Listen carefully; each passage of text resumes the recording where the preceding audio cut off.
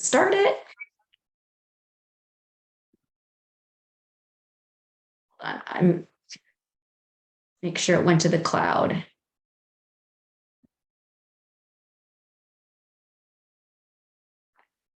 All right. Thank you, everybody. This is Caroline Hunter, Vice President of Marketing for AmeriEstate Legal Plan. And this is our first town hall meeting for the new year. And today we've got John Knickerbocker, which he is our Senior Business Development Associate at AmeriEstate Legal Plan. And we've got a special guest for you today, Nichole Scales.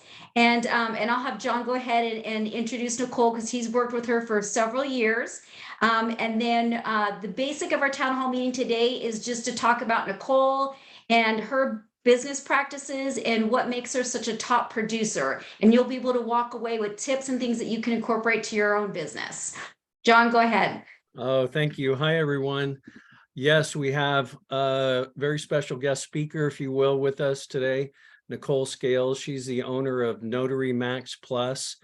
And has worked with AmeriEstate for many, many years. She is also a licensed mortgage loan officer in California. And today she is going to share with us some of her techniques and tips. So we are very grateful to have Nichole with us. Hi, Nichole. Hello. Hello. You want to tell us a quick little bit about you, and then maybe we'll jump into a question or two. Sure. Thank you guys again for having me. And just realized the first of the year, I'm the first one. Yes, I'll take that. You set the bar up this high now. Oh, okay. Well, I am Nichole. I live in California, and I am a MLO. I am also an owner of NotaryMax Plus. I've been doing notary business for over 16 years. I teach people and I work the business pretty much. And I also am an estate planning specialist. So I've been with AmeriEstate for a long time.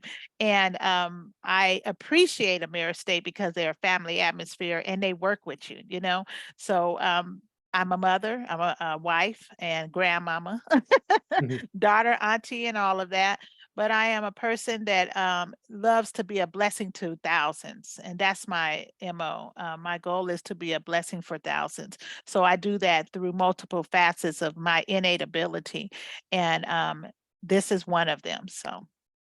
That's great. That's great. Well, so Nichole, I know you've been with AmeriEstate for quite a while. What made you decide to add estate planning to your list of existing services? So going out and delivering the living trust portfolios, I became really an expert of doing that. Mm-hmm. And when I sit kneecap to kneecap with people and I see how they really want to understand, how do I use this book? How do I use it? And I'm able to explain it to them and they get it. They get it. They say, okay, we got a plan. And I say, you got homework. You only got 2 weeks to do it. And so there's an atmosphere of people wanting to know what to do to transfer their assets to their loved ones. How do I do that? And what's the time frame? We never know the day or hour. So I decided to start marketing it more and more and get over my fears of, am I doing this right? How do I do this? And I found that people wanted to know. And then COVID hit. And when COVID hit, I said, oh no, it's going to be a lot of people that's going to pass and their assets are out there. They have properties, they have a lot of assets over $150,000. And I know, and just exactly it happened. People wanted to get their affairs in order. So I wanted to make sure I was that person that they can talk to. Well, that's great. And then what techniques do you use to build your relationship with clients and potential clients? Because I find that a lot of our potential business partners are a little challenged by that. I'm an outgoing person. Now, I'm not Yes, one you of, are. I don't go out every day Mm. and passing out business cards at the gas station and at the grocery store. I use social media. Mhm. And I stay on social media, but I also am a real person on social channels. So I interact because social media is Yeah. being social. And so I tell people, I also join groups, and I'm Mhm. specific about some of the groups that I join, so that they can know a little bit more about me, but also know about the services that I provide. Because these groups that I join are usually sometimes with women, because women make decisions in the Mhm. household. They do. Yeah. Right? Mhm. Yeah. Sometimes they're like groups for different cities that I'm going to be marketing in. Yeah. So I use social media because social media, you have a level of influence. One person can already have a level of influence over 500. But if they Mhm. get to see my information and see that I'm genuine through video, through messages, through pictures, whatever it is, they get to know that that's what I do. And Well, and so that they would go contact yeah. me. Mhm. Good. And that kind of leads me into my next question. It's like, what are your key marketing channels and how do you utilize them? Like, I know you said social media, and we Right, had a conversation about this before, and I'd love for you to share that with with everybody listening and how right, you utilize them. right. So I believe in hiring people to complete tasks. Mhm. Okay, so what does that mean? We have Facebook Messenger on Facebook, and Facebook is free, right? Mhm. But I Yeah. have a team of marketers that will go and send out messages through my messenger every day to so many people, and it's strategic. So for the month of January, I have a post that's going out. February will come, I will start a new post. Or my Okay. marketer might finish up with some of my people into February. Does that make sense? So Yes. Yeah. that's something that's done while I'm asleep, while I'm working, whatever I'm doing, that process is happening. So I've hired someone to send out Facebook Messenger post.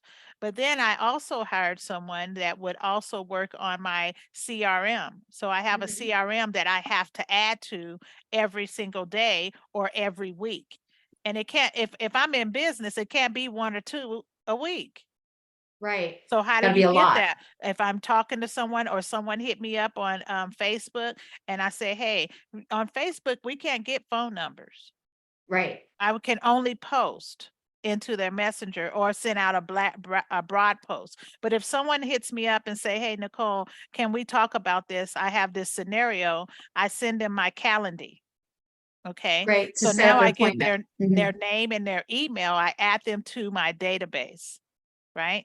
So now that I have that process, and then I also, when people opt out and say, hey, I don't want to receive this type of information no more, I honor that and I remove them.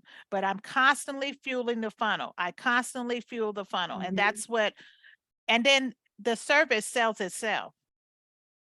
That's, Now, you know what I talk to mean? me a little bit about that service. So, being that you're a small business owner, is that something that's pretty affordable? Like, do you mind sharing approximately what the costs are per month, so people kind of get an idea of what that typical service is like? It's not per month. I Oh, believe paying for the year. oh, So God, that's okay. I have a personal coach. So Got my it. Okay, business personal coach helps me with all of my businesses, and this is one okay. of them. And we track our numbers. There's Mhm. no way that we can do business and not track our business, right? So in doing that, they provide a service where people can get a virtual assistant. So the virtual assistant is able to do these type of tasks. One task. I don't need them to Mhm. do multiple. I just did them to one task, and I can monitor that. That's great. I love hearing that. And then you also mentioned, so you talked about the direct messaging. So you also mentioned before in a previous conversation we had about leaving video messages and utilizing text messages. So if you can share with the group a little bit more about those two channels that you prefer.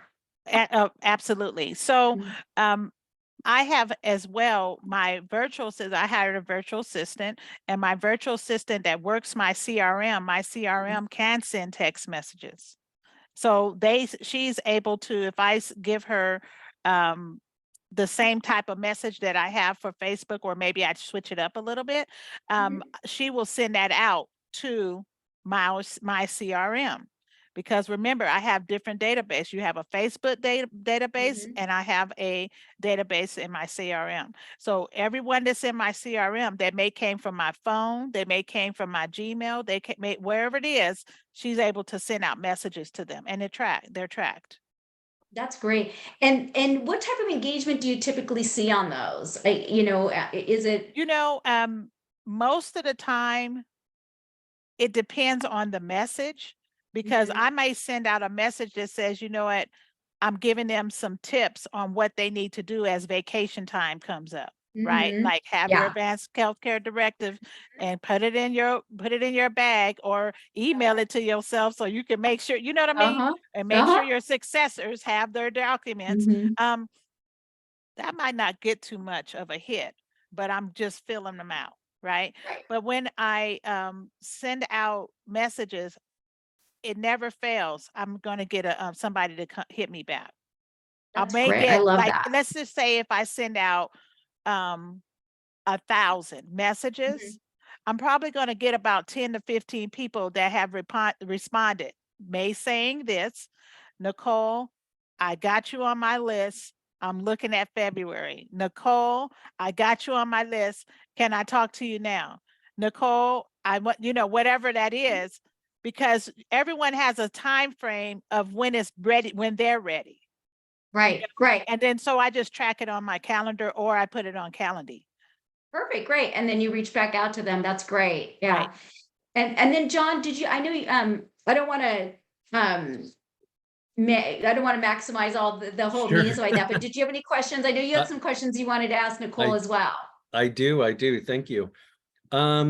Well, I think that's great that you have kind of a accountability in place with that business coach and some other things. And like you said, you're doing business development, 24/7. Right. So all such great ideas. Now, being a notary, we work with a lot of notaries. So along the notary lines, I would imagine, when you're sitting with some new clients, some folks you just met, and conversation gets going about different things, and you see that maybe one way or another, they may or may not have a trust in place. But do you have a technique or a conversation starting question to kind of spark the estate planning topic, either with notary deliveries or just people you run across? Is there a standard question you ask, or a way you bring it up? There's a way I bring it up. Remembering that, as a loan signing agent, you're not selling at the table, right? Right. That's something we cannot do, and I'm Right. not going to do it either. But I may ask, I noticed that the documents are not in a trust. Do you guys Love that. you guys have a trust or not? And that's when it starts. No, we don't have one yet. And then based on how they answer, I may go further. And if they ask me a question, well, what is a trust? I've heard about that. It's a platform where you're able to transfer your assets over to your beneficiaries. They have different essential documents. Just wanted to know. I just didn't see your paperwork in a trust. That's a great conversation starter. I love that. Right. And so usually it never fails. If they're truly interested, at the end of the doc signing, after I've done everything, they'll say, you know what, if you know anything more about it, can you get in touch with us? Or, can we call you if we wanted to know? Sure, here's my card.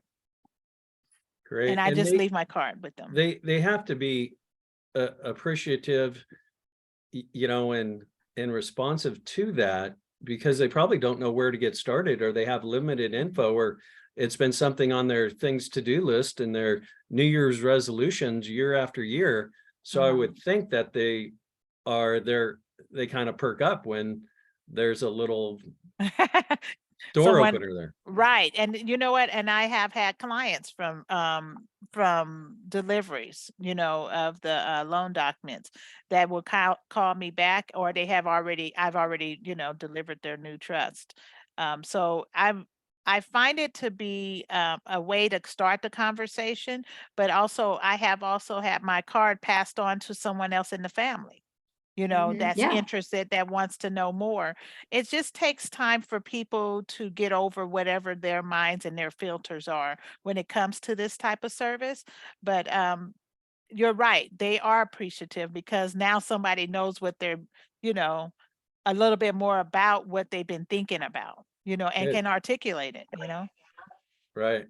Yeah, I would think referrals would be a natural, when you're a people person, you're Mhm. knowledgeable, you're coming from the heart, you're looking, you're there, to help out. I would think it's a pretty good feeling at the end of the process. Oh yeah, it actually is. And just to know that the person is another family that's trusted up. I call it that. Oh, I love that. Trust it up. I I like love Yes. that. That's great. They're packaged, they're ready, their family is not going through probate, period. Yes, we know about that. Tell us about your triggered events Yes, and how yes. and how you have that conversation with people. I love this. Right. My headset is moving around, but That's okay. I hope I sound okay. Nope, you sound great. So we talked about earlier that it is our responsibility to, as people, to make sure that our assets are left and or distributed, right? Yes. As we get older, we gather items and things in our life, and we want to make sure that they pass on. It's our responsibility to do that. Well, there's some things that are triggered, and I know that in our AmeriEstate packages or in our living trust packages that we have many essential documents, and I coded that word from COVID. We had essential workers, essential this, essential that, right? Well, we have essential documents, right? But they're triggered. And so when a child is born, there's a couple things that are triggered. The mother may go and get a birth certificate and a social security card. Would you guys say that's true? Yes. Absolutely, right? Yep. So that triggered those documents. And as we live, we always use them, right? Yep. But then when we turn 16, we also have a document that's triggered, and it's either a state ID or a driver's license, right? Yep. Yeah. We use it, we need it, right? It's essential for us. And then when we turn 18, guess what happens? The 18-year-old gets a party, they may get a car, but they don't have no will. Yeah. They don't have a advanced healthcare directive or a power of attorney. And we don't think about to get that in order, because guess what? At the age of 18, they are considered adults. So we as parents or people in their lives are not able to just go to a bank, healthcare facility, or any other place and take care of that person's affairs in the event that 18-year-old becomes incapacitated temporarily. And COVID was a reminder of that for me. And that was one of the triggers, Also, too, I had a son that passed. And when he passed, he did not have a advanced healthcare directive. He didn't have a power of attorney. He didn't have a will. And there was certain affairs that we had to take care of. And it took so much more out of us because we didn't have those documents in place. Even though I share this and sell this, that wasn't something that was considered, as important at the time, right? Now it is. You guys hear me okay? Yeah. Yeah. Right. So those are documents that we need to have. I don't really believe that people need to wait till they're 65, 70, or 80 years old to get these documents. No, At the because like you age- said, At the age of you can pass it 18, anytime. right. At the age of 18, we're adults. And healthcare facilities right now, when people come in and register to be seen, guess what? Two of the documents that are saying they ask for. Do you have a copy of your advanced healthcare directive and power of attorney on file? Yeah. So if we start changing the paradigm shift in our families, then this will be something of norm. It won't be a hard discussion. It's just be like, well, who do I need to get with? Because I need to get it. I have to have it. It's essential in my family. Right. And I love that. And I like how you have the flow of the conversation, you get this, and you get this. And, most people don't consider number three, your child becoming a young adult, a trigger. So I like how you highlight that and bring that to light. That's Right. great. Well, this is what we do. This is what we Yeah. can do, huh? Yeah. No, I love that. I I love know that. I laugh a lot and I use my hands, but one of the things we do is like, okay, you turning 18, we're gonna give you a party Yep. and you might have that nice car outside, but before you do all that, have a seat. Let's sign these papers. Yes. Yes, yes, yes. Well, and that's why we share that a lot with young adults and their parents that are, graduating high school and going off to college because things Yes. happen. Well, not Yeah. only that, let's think about it. 18-year-olds are making much more money than they did many Mhm. years ago. So Yes. we want to talk about assets. You may not even be hurt, but you have a lot of Mhm. cash or you have a lot of assets now. And at that age, who can manage that for you? Who have you put in power to take care of those things, Yes, that's so true. Yeah. I mean, Mhm. and young adults still, once they go to school, they're coming back home and living at home, and again, they're acquiring money, assets, and putting that in the banks too. So, they've got that money and yet they need to determine, who's going to get their assets if something were to happen. Well, let's think And about it. When COVID came around, we had so many people that became incapacitated temporarily. They Mhm. could not move, they could not speak, they couldn't take care of their affairs. And because that was the case, mom, dad, or auntie or friend could not go to the bank and pay Mhm. their car notes or Yep. mortgages or whatever it might be. And I'm not just talking about that age, I'm just talking about period. Period. Yeah. That's why we as people, we need to have those items in place. I had a family member that had emergency surgery, and I had been speaking with her often to get these documents. Didn't happen for whatever Mm. reason. It didn't happen. But as soon as this surgery happened, the other family member was trying to take care of the mortgage and some other things, and really was having some trouble with that because she didn't have the documents in place. When they asked, do you have a power of attorney? You know, the banks weren't ready for that.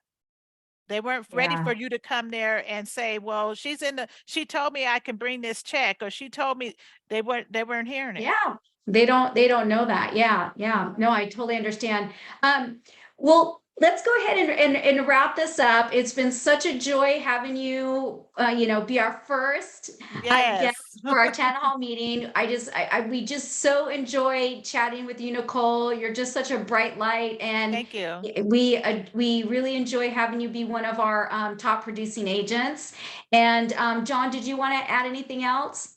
No, this was great. There's so many nice things shared and some great, tips and suggestions. So, this is the kind of stuff, we want to share with people so they too can be productive and help their clients, deeper relations, and grow their business at the same time. So, Sure. Yeah. really appreciate it, Nichole, and enjoyed seeing Yes. you again. And we'll Yes. probably talk here tomorrow or over the next few days or next Oh, week. we'll So talk. we'll be in We touch. love Right. talking to Nichole.